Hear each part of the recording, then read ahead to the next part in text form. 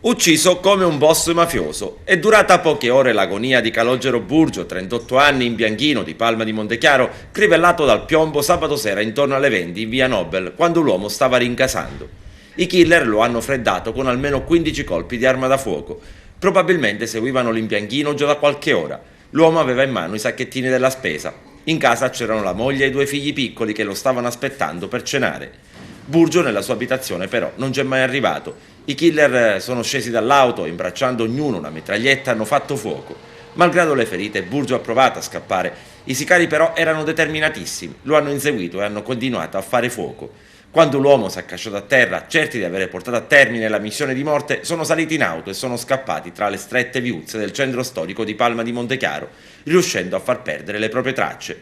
Come al solito non c'è nessun testimone oculare. Sentiti i colpi, la gente si è affacciata, compresi i parenti di Burgio che hanno dato l'allarme. Trasportato all'ospedale San Giacomo di Ricata, i sanitari hanno subito constatato le condizioni gravi dell'uomo, raggiunto in diversi punti vitali. Dopo le prime cure è stato trasportato al reparto di chirurgia. L'uomo è stato sottoposto a un delicato intervento chirurgico, ma alla fine non c'è stato nulla da fare. A indagare sull'omicidio gli uomini del commissariato di Palma di Montechiaro in collaborazione con i colleghi della squadra mobile diretti da Alfonso Iadevaia. L'utilizzo da parte dei killer delle mitragliette fa pensare subito a Cosa Nostra. Questo è il segnale più inquietante, si teme una nuova guerra di mafia. Ma Calogero Burgio da anni ormai risiedeva in Germania. Era rientrato nella sua città natale da 8 giorni, doveva rimanere per tutte le festività per completare la sua abitazione. In terra tedesca lavorava sodo sia come imbianchino che come muratore. Spediva a casa i soldi per la moglie e i suoi 2 bambini. La moglie, che è stata sentita dagli investigatori già nel corso della notte tra sabato e domenica scorsi, avrebbe detto che il marito era tranquillo.